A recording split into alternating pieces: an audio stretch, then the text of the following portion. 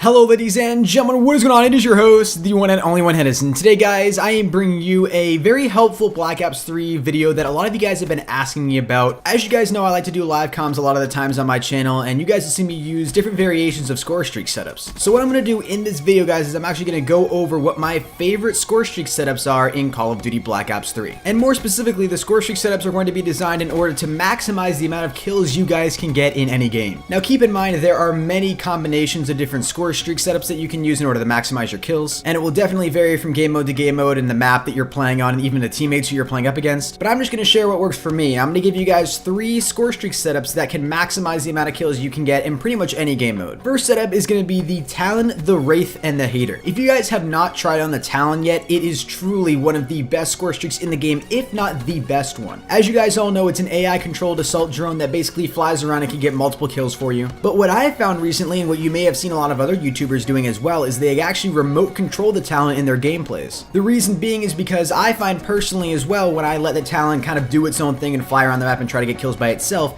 it doesn't get as many kills as I would like it to, while I feel like when I remote control it, I can get so many more kills. This can be really helpful too if you're playing on a map like Nuketown or Combine or any other small map, and especially when you're playing on a game mode where the spawns don't flip, like uplink or demolition or capture the flag. It really allows you to spawn trap the enemies in a way that you never could before. Especially with easy 3-lane systems like you'll see on Nuketown or Combine, you can really control where the enemies are going to be coming from and pretty much see wherever they are. So if you're going to use the Talon, I highly recommend remote controlling it, but I do understand those of you who just like to tap your wristband, throw it up in the air, and continue getting gun kills. Honestly, whatever works for you, the Talon is still going to be a magnificent streak to use. The next one is going to be the Wraith. Now, when I first tried out the Wraith, it didn't really do too well for me back earlier in the game. I don't know if it was just the game that I was in or maybe the lobby I was playing in, but now every single time that I use the Wraith, it gets so many kills for me. And what makes the Wraith so amazing in my opinion is the fact that it has so much range. It covers pretty much the whole map. For instance, when I'm playing on Nuketown and I just want to call it in, I pretty much call it in right over the center of the map. And it doesn't really matter to me if the enemies have, you know, the A flag or the C flag. I'll still call it in over the middle of the map because it can still kill enemies who are in the A area or the C area. And the final kill streak that I'm going to use for this one specifically is the Hater. Now the Hater, as you guys all know, is pretty much the exact same thing as the VSAT from Black Ops 2. It allows you to see where enemies are at all points on the map. There are a couple of downsides to this though in comparison to the VSAT that we saw in Black Ops 2. For instance, the Hater in Black Ops 3 can be shot down while the VSAT in Black Ops 2 couldn't. And Treyarch did slightly change the sweeping effect that they use for the Hater versus the VSAT, so sometimes you may actually not see an enemy in a specific spot if you look up on the minimap at the wrong time. The enemy may just be slightly faded, which may cause you to look over them if you glance up at the minimap. But overall, still a very, very powerful SCORESTREAK to use, especially if you're relying on weapons like the Wraith and the Talon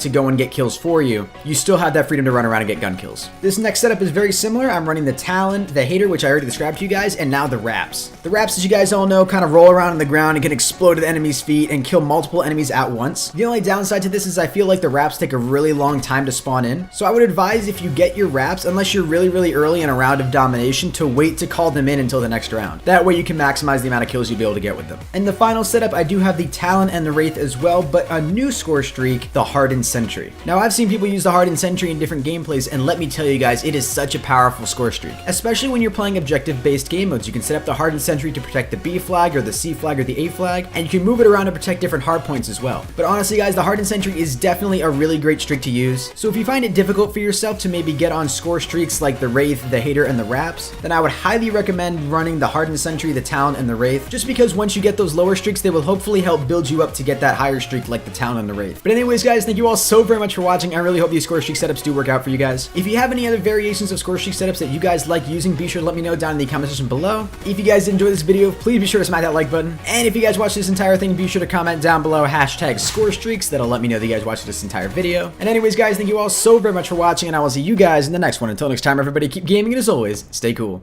Adios.